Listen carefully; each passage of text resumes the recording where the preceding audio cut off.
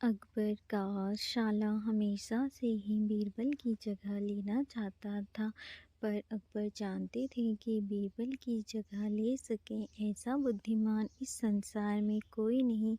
फिर भी अपनी जोरू के भाई को वह सीधी बात नहीं बोल सकते थे और ना ही अपनी लाडली बेगम से बेरुखी मोल ले सकते थे। इसलिए उन्होंने अपने साले साहब को एक कोयले की बोरी दी और कहा, जाओ हमारे राज्य में सबसे मक्कार लालची सेठ को बेचकर दिखाओ। अगर तुम यह काम कर गए तो तुम्हें बीरबल की जगह वजीर बना दूंगा।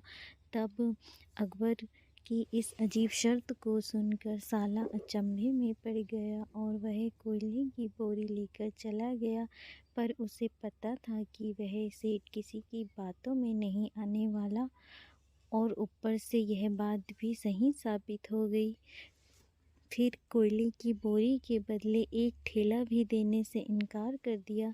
तब साला अपना छोटा सा मुंह लेकर वापस लौट आया और अपनी हार स्वीकार कर ली। अब अकबर ने यही बीरबल को कहा। तब बीरबल कुछ सोचे और फिर बोले कि सेठ जैसे मक्कार और लालची को कोयले की बोरी में सिर्फ मैं एक टुकड़ा ही उसे 10,000 में बेच के आऊँगा। तब यह बोलकर तुरंत वहाँ से रवाना हो गए और सबसे पहले उसने एक दर्जी के पास जाकर एक मखमली कुर्ता सिलवाया, उसमें हीरे मोती वाली मालाएं डलवाई, महंगी जूतियाँ पहनी और कोयले को बारीक सुरमे जिसे पिसवाया।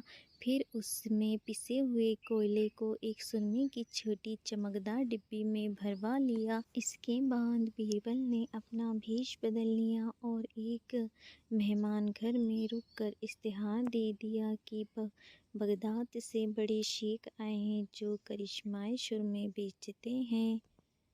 तब जिसे आँखों में लगाने से मरे हुए पूर्वज दिखाई देते हैं, यदि उन्होंने कहीं भी कोई धन गाड़ा हो तो उसका भी पता बताते हैं। यह बात शहर में आग की तरह फैल गई। सेठ को भी यह बात जब पता चली तो उसने सोचा, जरूर उसके पूर्वजों ने भी कहीं न कहीं कोई धन गड़ाया होगा।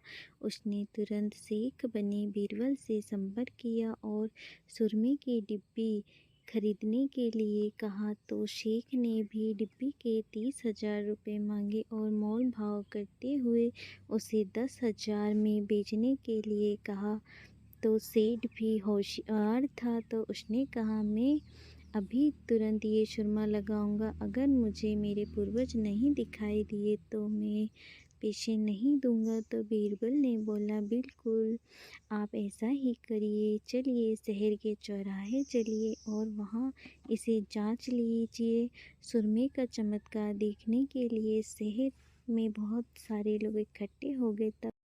तब बीरबल ने ऊंची आवाज़ में कहा, ये सेठ अभी ही ये चमत्कारी सुरमा लगाएंगे और अगर ये उन्हीं की औलाद है जिन्हें इन्हें समझते हैं तो वह उनके पूर्वज दिखाई देंगे और धन गड़े। लेकिन अगर ये आपके माँ बाप में से किसी ने भी कोई बेईमानी की हो और आप उनकी असल औलाद ना हो तो कुछ भी नहीं दिखाएगा। और ऐसा कहते ही बीरबल ने सेठ की आंखों में सुरमा लगा दिया।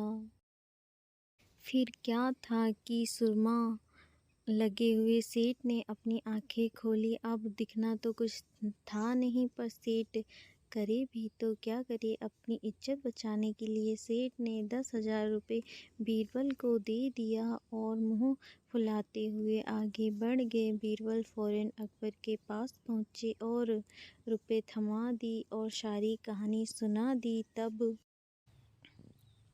अकबर का साला बिना कुछ कहे अपने घर लौट गया और अकबर बीरबल एक दूसरे को देखकर मंद मंद मुस्कुराने लगे। इस किस्से के बाद फिर कभी अकबर के साले ने बीरबल का स्थान नहीं मांगा।